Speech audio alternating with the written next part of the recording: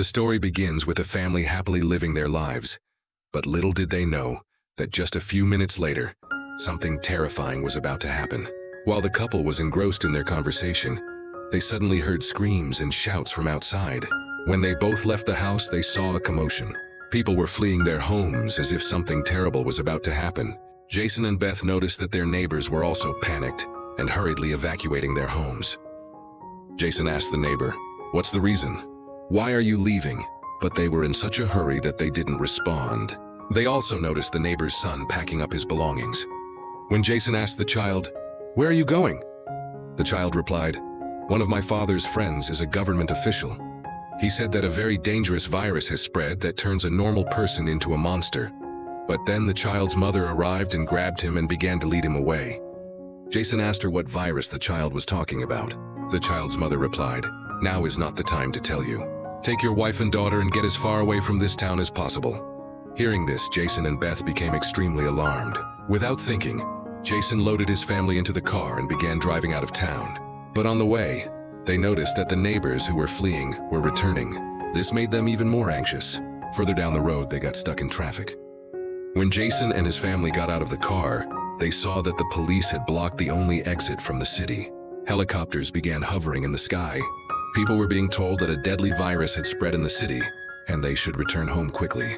Hearing this, Jason found it strange that when the virus had spread in the city, people were being asked to stay inside instead of being evacuated. Suddenly, a large boulder fell on their car from a nearby mountain. The mountain began to shake. Just then, two military fighter jets emerged from behind the mountain and headed towards the city.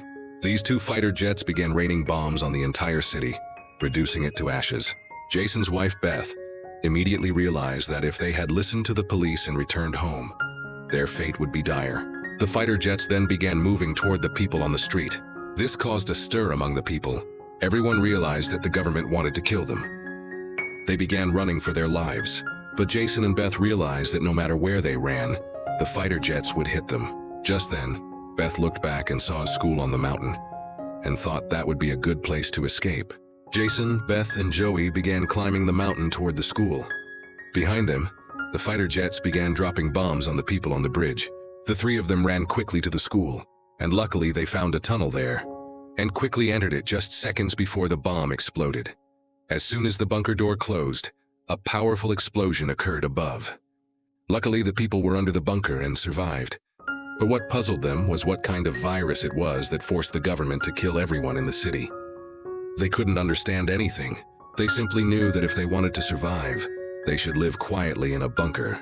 But what troubled them was that how long would people survive here? And what would they do with food to feed themselves? Fortunately, there was plenty of expired food stored there, enough for 3 people.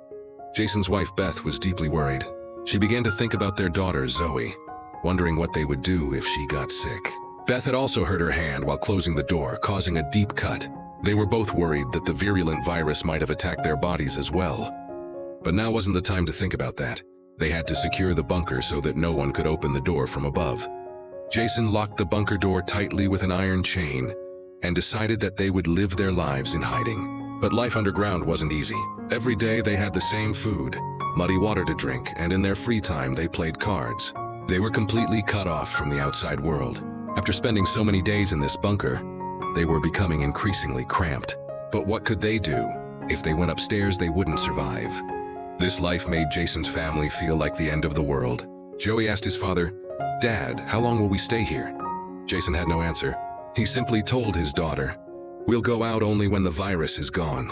He placed his fingers on his daughter's eyes and made her imagine the outside world. In this way, days passed and then months. They didn't realize that they had spent even more time in this bunker, waiting to get out. Joey looked at the outside world through a periscope her mother had made. Outside, all around, there was devastation. It was as if the entire world had burned to ashes. There was not a trace of a single human being. Seeing all this, the little girl began to think. Maybe they were the last people left. Her mother consoled her, saying, "Don't think like that. Maybe your friends are hiding somewhere, just like us." It was now night and dinner time. They had little food left, so the 3 of them were making do with a small meal. But today, at Joe's insistence, he was given a whole can of food. When Joe opened the can, he saw that it was empty inside. There was a small hole in the back of the can. Perhaps something had stolen the food from it. Beth checked all the remaining cans and found that they were all empty. Seeing this, they were extremely upset, as it was their 2 weeks' worth of food. Beth looked at the ventilation grill and assumed a rat had sneaked in and taken the food. Beth said, "If it's a rat, we have to kill it quickly. Otherwise, it'll ruin all our food." Seeing her daughter's sad face, Jason reassured her, "Don't worry about small things. Even if the food runs out, I'll go upstairs and get some." The next day, while Zoe was playing with her mother on the blocks, she heard a faint noise from behind. When Zoe looked back, she saw a rat had entered the tin again to steal the food. Before the rat could escape, Zoe immediately called her parents. Today, they had to kill this rat at all costs. Jason, enraged, took out a knife and proceeded to cut it into pieces. But the little rat turned out to be very nimble. He dodged Jason's attack and knocked the lantern off the table. Just as he was about to enter his hole, Beth suddenly pounced and killed the rat. They were all celebrating the rat's death when the lantern fell on the other side, and the fire slowly began to grow. Jason ran to extinguish the lantern, but the lantern was so hot, it burned Jason's hand and the glass shattered, setting the entire table ablaze. Beth tore off the curtain and tried to extinguish the fire. Jason scooped half a bucket of water from the tap and poured it on the fire. They both managed to douse the flames, but the danger wasn't over yet. They were about to face even more difficulties. While they had extinguished the fire, the smoke from the fire had filled the bunker with smoke, and smoke was slowly billowing upwards through the ventilation grill. Seeing this, they all panicked, as it was revealing their location. Everyone sat with bated breath. Jason suggested that perhaps the darkness of the night would conceal the smoke, and no one would know their whereabouts. The three of them remained awake the entire night, gripped by fear. The next morning, to reassure themselves, they peered out through the periscope and were shocked. They saw that the entire area was a cloud of smoke. This made their anxiety grow. They were convinced that their whereabouts had been exposed. Then Beat remarked that if there was smoke, there must also be ash nearby, which, if examined, could reveal their whereabouts. "So now we have to clean up the ash." The husband and wife decided to go outside and clean up. Before leaving, Jason told his daughter Zoe, "Promise me that no matter what happens or hears from outside, you must not leave." After extracting her promise, he unlocked the door. He listened carefully for sounds outside, and when he was sure no one was outside, they opened the bunker door together and exited. Now his daughter was left alone inside. She waited for her parents, but when they didn't return after a long wait, she climbed onto a stool and began observing the situation outside through binoculars. Soon she saw her parents trying to hide behind the bunker door, but then Zoe saw something that took her breath away. She saw a dark shadow moving rapidly toward them in the distance in the forest. The girl screamed loudly, telling her father to look back, but the distance was too great. Her parents didn't hear her. In a panic, the girl forgot her fear and climbed the ladder and climbed out of the bunker. As soon as she came out, she realized that her parents were no longer there. In her desperation, the girl began calling for her parents. Suddenly, someone grabbed her mouth from behind. It was none other than her mother. A few seconds later, a herd of wild deer passed quickly by. Although the three of them narrowly escaped, the fear of the deer increased. The deer's escape was certainly an attempt to escape something dangerous. Everyone sensed danger and quickly ran back to the bunker and got inside. Jason closed the bunker door with wooden planks and secured it tightly with an iron chain, and told everyone to remain absolutely silent. Just then, they heard faint footsteps from upstairs. Moved away from the bunker door as if someone was approaching the bunker door, and perhaps whoever was up there hadn't yet realized there was someone in the bunker below. Slowly, Joe began crying in fear. Beat calmed her down, telling her that if the sound reached outside, everything would be over. The three of them slowly moved far enough away from the bunker door.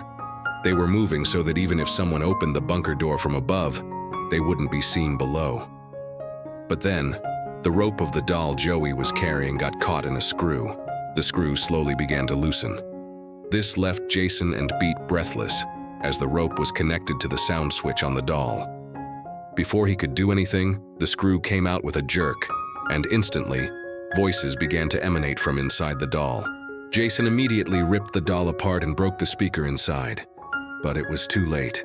Whatever was stalking them had already caught wind of them. Suddenly, a loud crash came from above, followed by the echo of heavy footsteps that stopped directly above the bunker door. He finally found their location and tried to open it. He was pushing hard on the bunker lid, and despite the chains, he could clearly sense danger. and the monster above knew that someone was definitely there below. Although the door was locked, with strong chains, the chains began to break one by one under the terrible force of the thing. Seeing this, Jason knew that the door would not hold for much longer. So he quickly ran inside and began pulling out the water pump pipe. Beth, too, mustered courage, climbed a ladder, and using her body weight, tried to pull the chain to keep the door closed. But even then, the metal lid slowly began to open. Just then, a dark shadow appeared above the door, its eyes glowing like a bulb, as if death were watching them from above. Without thinking, Jason attacked her with the pipe. He fell back. Jason quickly jammed the pipe into the door, locking it, and the thing fled. But Jason's body was still shaking violently. He could never have imagined that the world outside was teeming with not only ruthless soldiers, but also dangerous monsters. The entire family sat dejectedly near the stairs, their hideout now exposed. They could be attacked at any moment, and they realized that this time, only one had come. But the next time they would come, they would be much more, and they would be unable to do anything against them. After a while, the cupboard suddenly began to shake. Jason and Beth realized that the creature had called for the rest of their companions. From upstairs, heavy footsteps rang out, as if thousands of creatures were running over their heads. Then they all gathered at the bunker door. Jason, Beth, and Joey were trembling with fear below. Suddenly, they launched a massive attack. This time, the force was greater than ever before. The sturdy iron door shattered and crashed down, and a multitude of eyes flashed on the bunker door, sending them running backward in fear. But the monsters were also following them. Beth threw her oil lamp and set fire to the curtain between them. They grabbed a wardrobe and blocked the path between them. They all hurriedly ran back inside the bunker, but they knew that nothing would stop them for long. They had no way to escape. Just then the girls spotted a ventilation opening leading to the ground. Jason broke it with all his might and pushed his wife and daughter out. But when he tried to get out himself, he was stuck in the tight space. On the other side, monsters were advancing on him. Now, Jason had to get out of here somehow. He saw no other way. So he broke his shoulder, causing him to scream in pain, but he quickly regained his composure and entered the ventilation. Beth wasted no time and began pulling Jason out with all her strength. Just as Jason was about to escape, a massive creature came and grabbed Jason's leg. Jason realized that his survival was now impossible. There was no hope of escape.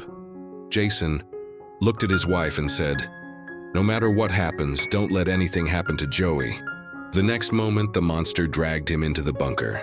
But instead of fearing the monster in the bunker, Jason told them, "Come, let me see how strong you are." Beth and Joey looked down and heard loud screams coming from the bunker. Beth understood that her husband was fighting to give them time to escape. Despite the pain, she took her daughter and ran away, escaping the monster. But as they ran, they felt something strange.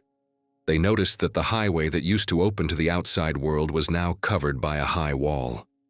This meant that no one could leave the city. Just then, a helicopter came flying in the distance. When Beth looked back, it was an army helicopter. The helicopter quickly approached them and shone its bright spotlight on them. Just as they were about to escape, a huge net fell on them from above, trapping them. They both tried every possible way to free themselves from the net, but the net had trapped them tightly. Beth saw through the net's mesh that some dark figures with green eyes were approaching them. That's when we learned the real secret of the story. These gun-wielding, yellow-eyed men, whom we mistook for monsters, weren't actually aliens or virus-infected individuals. They were actually military soldiers wearing gas masks and night vision goggles. Those same yellow eyes, whose glow made them appear to be from another world. But the question arises, why were these soldiers mortal enemies?